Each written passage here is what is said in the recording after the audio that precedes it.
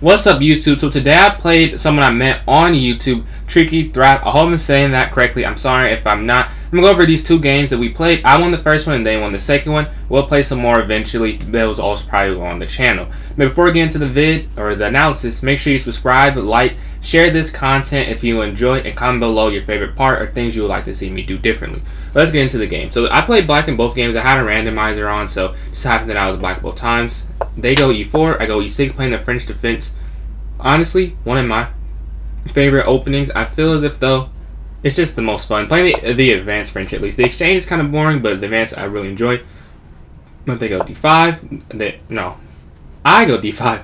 They go e5, and I go pawn to c5, looking to chop at that center. They go c3, the best move, the book move. I go knight to c6, knight here to f3, and you see I actually take 6 seconds here on move 5 to move 6 because I'll decide if I want to go queen b6.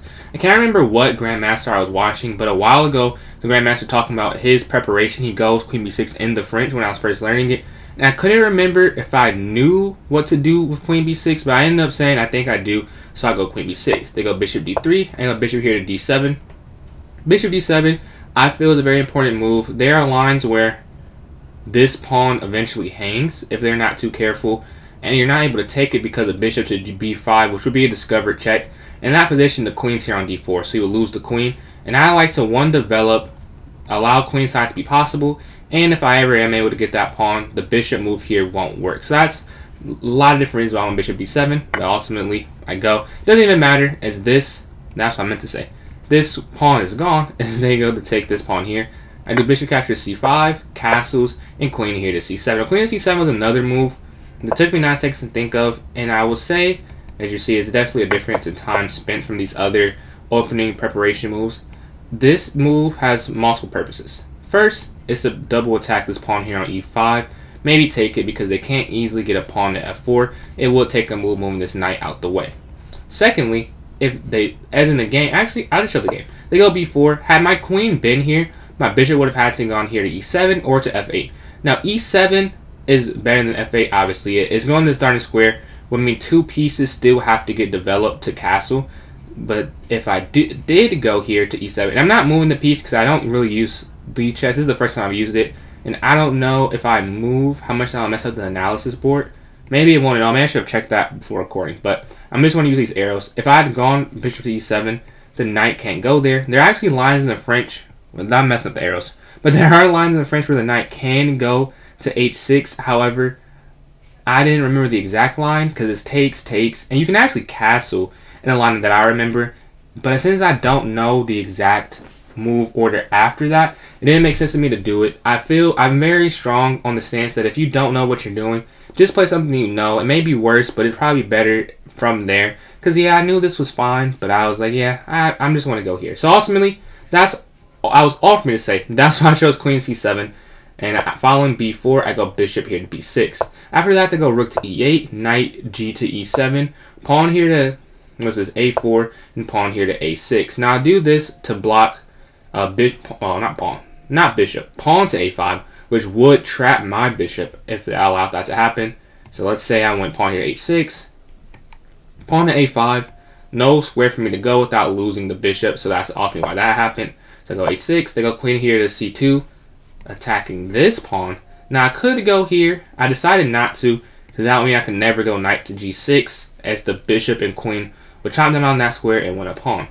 But I do go there now because I didn't move h6. So if they do take, I can take with it. I can take with the pawn on h7. They go knight b to d2. I castle.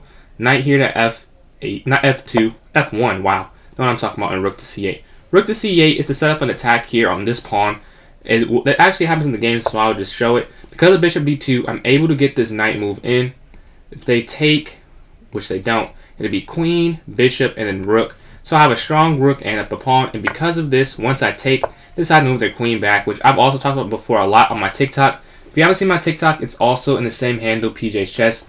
But when you're down material, in general, and for every rule that I'll talk about that I try and follow, I'm not a master, so I try and follow these rules as well. And I keep this advice in mind. So when you're down, you don't want to trade more to get into a position where they can simplify easier. And that's what they do here, avoiding the queen trade. Or not queen trade by taking the knight. They drop back, keep the pressure on this diagonal, and the game's not over. I take the knight, they take the knight back with the queen. I go bishop here to a5.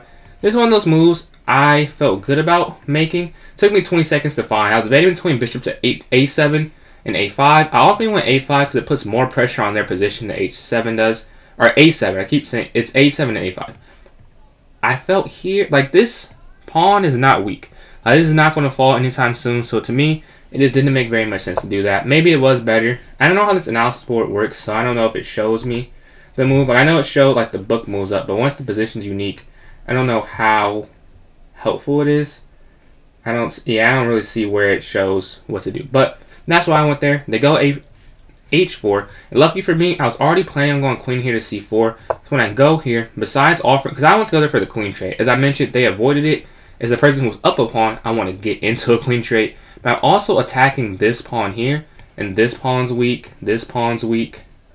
However, this one's more of a trap. Because if I were to take rook over, and then it's pretty much game over in that sense. Like, I won't be able to move away and have their defenders because I go queen over, but they'd have attacker, attacker, and that rook now an attacker on this bishop here if I were to take. So this is kind of like a trap pawn to take. But they go queen over, I take with the knight, they take, I take, and I'm up 2 pawns going towards the end game. They go rook over here to b1, attacking this pawn on b7, and I go bishop to c6, protecting it, weakening the bishop scope, albeit, well, it was already a bad scope bishop. I can't control this diagonal if I were to push it, but right now it's kind of a tall pawn as it can only go there and protect there. It does end up activating in a little bit though. Well, no it doesn't. It becomes a big part of the game, but not because of activation, you'll see. But they go knight h2, they go bishop back to c7. This is a move that I didn't really know what to do here, to be honest. And I wanted to do something that looked optically good. It made sense to get protected by the rook. It's attacking this pawn, it's putting some pressure, so that's why I went there, because I didn't have a super long-term plan in the moment. They went knight to f3, I go queen here to h5, pawn here to a5, which I feel is the best move of the game from them, just because I don't know if I took a while to think. Yeah, it took me a minute, because I was going to go pawn to b5, and I had no idea, like, oh, where's the next move? I felt I was winning because I'm up 2 pawns, but this felt like a very good clamp down move to control that square, and I didn't know what to do. So it took me a minute to think, and I ended up with rook f to d1, d8. So I don't even know if this is a good move that I made after a minute of thinking. I decided to go here to get some pressure behind, some pieces behind this pawn for a potential d4 push. Ends up not even happening, but that's the thought process. They go queen g5. I happily accept the queen trade. I go rook over, knight here to d4. I take this free pawn, and I'm knight captures c6. Now this is the part of the game where I say this bishop ends up being important, but not because of it opening up. Now here, I saw this cool tactic, and I know the issue with what I'm about to say, but just bear with me. I saw this cool tactic of bishop captures c3, knight here, rook here, bishop here, bishop here. Oh, wait. What did I do? Oh, and then bishop here. Now, you may be looking at this like, oh, what is he talking about? They're going to be up a minor piece. I forgot that at the start of this exchange, they took a knight here. So I'm looking at the position like this, calculating, oh, this, and I forgot to sit there and be like, oh, they are up a minor piece for the time being because they took the knight expecting a trade. So the fact that this ends up still being winnable, I don't want to say luck because like I had a good position, but it was not intentional to go into any game. I do have 4 pawns for the bishop, so it is good. Because, I didn't highlight the pawns that are on the same file as a white pawn.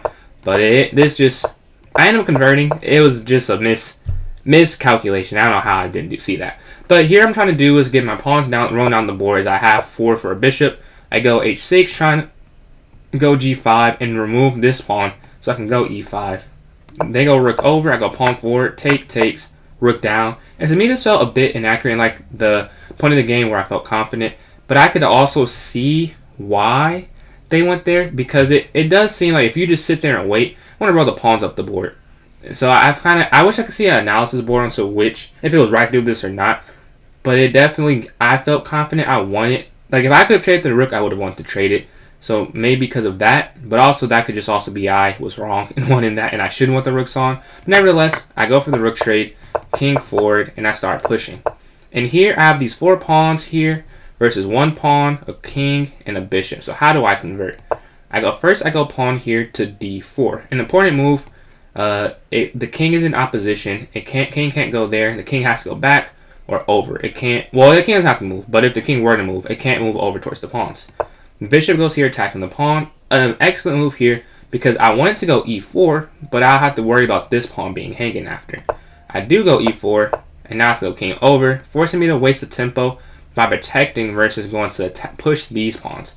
And because of that, they get pawn here to g4. Excellent move. If I take this, I actually think it's a draw, because if I take king, no, it's not a win, but it's probably a draw. King there, and it's kind of hard to get forward momentum. Now, I could go king over, but then this pawn's hanging. So there, and then if I push this pawn, they could go bishop here to e3. So this is an excellent move to try and sacrifice.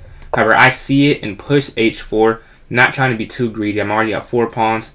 This being 3 squares away, this being 3 squares away, and this being 3 squares away from queening.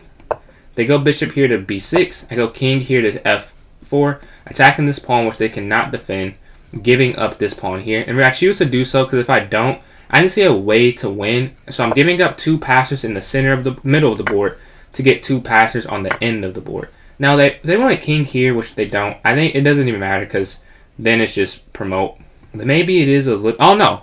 I'm sorry. If they go king here, I would just put king back. That's why I didn't do it. But they go king over. I go pawn forward check on h3. King over. And now drop another pawn by going king to f3 to try to escort 1 pawn. And something to keep in mind is I can lose all 3 of these pawns and bring my king over and win this 2-on-1. So, and that's actually what happens. They take that one. They take this one, and this pawn's down. Oh, something else. Oh, wow, that's not intentional. Hold on, let me get back to... I can just scroll. That was not intentional. Okay, something I want to show is the importance of this being opposition, because the king cannot run here immediately, because the bishop can always sack itself for this by just going bishop here to c3. If the king can get here quicker, it might be closer to a draw. Because of the opposition, they have to go away and then come back to get to this square. So when they do ultimately sacrifice, they have to make 1 more move before taking it. Because of that, I'm able to rush my king here, take the pawn, and get the win. So that's the first game. I want to go to the second game, which I lost. Let me go to games. They showed me how to do this as well. It was really nice of them. I did not use Lichess before. As you see, I got checkmated. But let's show how we got there. Okay. Wait, analysis board. Alright, so they start with e4 again. Again, I randomized it. I got black both times. They go knight to f3, knight f6, playing the Petrov's defense, and then knight to c3. And this is why I was like, don't love playing against this. And when I do play Petrov, I much prefer bishop c4. And the chess.com engine actually gives this a miss because of the line of this taking that. And it's a whole thing, but it's just really not that good. d4 is fine. Captures is fine. Honestly, that's my favorite one to play against. I know it the best. But knight c3, I am not very good against playing that. Because it's all the Petrov, my win percentage is the same, obviously for different variations, but I'm willing to bet if I could like do a search to what my win percentage was against the knight c3 variation. Is not very good. It's very solid, and I have not figured out yet. Maybe that's like me as a chess player. I should research these I'm not good against, but I haven't yet, and it just works against me. And they played it very well. But they take the pawn here on d4 after we trade. g3 fan kettling, I castle, and bishop here to g3. And after h6, I looked at the position. It was not a fan of what I was doing so far. I didn't like that the pawns could just roll down so easily, and they all make sense to do. And the bishop being fan kettled, and the knight easily getting in, the queen easily. Like they could roll the pawns down and not have any major threats on their position, which felt not like I was doing something wrong. But they castle. I go pawn to c6, pawn to h3, knight b to d7, and pawn to f4. As I said, rolling down the pawns. I knew it was going to happen, and I could not stop it no matter what. I go knight to b6, rook here to e1, bishop to d7, and pawn here to e5, looking to break in this side of the board. I will say here, I did feel a bit more confident because they now have an isolated pawn. The threat of them rolling down is away. Mentally, I feel better. Little did I know I'd get crushed after this, so that happiness was misplaced. I go knight here to d5. They take the knight. They take. And you'll see they think here for about 42 seconds, I believe that is. And in that 42 seconds, I was thinking, oh, I messed up. Because I automatically thought they were just going to do bishop captures, pawn captures, because that's what I imagined. But I realized they could just go e6, and they do it. They go e6, which I feel is probably the best move. If it's not the best move, maybe it's even not a good move. But I will tell you, without analysis bar, it felt like a killer move. It gets rid of the isolated pawn, which is a very important thing here. It gets the bishop pair. The rook is in, and I will say I very vastly underrated what this rook could do, and I actually lose because of it. I go bishop c5 check. Now I have a decent position right here, and I mess up by going, well, not mess up here. Knight f6, and now I mess up. So at this point, I should have queen traded. Looking back on it, even looking at the position, like besides playing the outcome that I lost, it just makes way more sense than what I did. I go queen to b6. This is a very shallow move, as it just attacks this pawn. There's no substance. There's no plan. They can just move it, which they do. And I should have queen traded, as they have the pressure with the rook here. They have the pressure earlier. I probably should have went to like a more drawish position. Not saying I would have drawn it, but just saying it made way more sense than what I did. And then I got rook over, and here's another place where I just feel I mishandled it. Oh no, actually no. I can't go rook over because rook takes rook. No, yeah, I think I can go rook over. Or no, I can't, because if I go rook over, bishop takes, rooks takes, queen takes, pawn takes, queen takes. No, actually I can't go rook over. But there is a move here that I completely mess up. Now I lose a pawn, and this is unavoidable, but I should not have taken the bishop, which I do. This was a bad decision. I maybe should have went rook up. No, not rook up, because of the pin here to g5. Maybe bishop here. No, bishop here or knight back. But just anything. I shouldn't have just accepted this. I should have went down the pawn. My thought was, well, if I lose this bishop, very simple. As you see, I moved so quickly. 6 seconds. That was a horrible use of time. I should have realized I need to just go down the pawn, try and get protection, stop the queen from coming in. But I don't do that, and I take the bishop. They take queen here on g4, king here to h7, queen into g6, king back, queen takes. And I was surprised here that there is no checkmate in one. Maybe bishop e4 is a little better, but then I can go rook f7. So honestly, no, I guess no. Bishop g4. No, rook f7 would be bad. Maybe I could go rook d7? No, I don't know. I'm surprisingly well defended from checkmate. Unless maybe I'm missing it. Because if check, or no, they could go. Because even then, check here, check back, yeah. But they end up just winning the queen. Because it doesn't matter that it's not checkmate. They get a queen, and that's enough. And a knight. Because that piece they sacrificed here earlier, they get back with bishop captures d5. And now it's just game over. I give a check. I give my rook down. And as you can see, I get mated very shortly. That was our second game that they got the win. So we're 1-1. Hopefully we'll play some more games. But yeah, thank you for watching. I hope you enjoyed this video. If you did, subscribe and tell me below in the comments what you liked. And have a good one.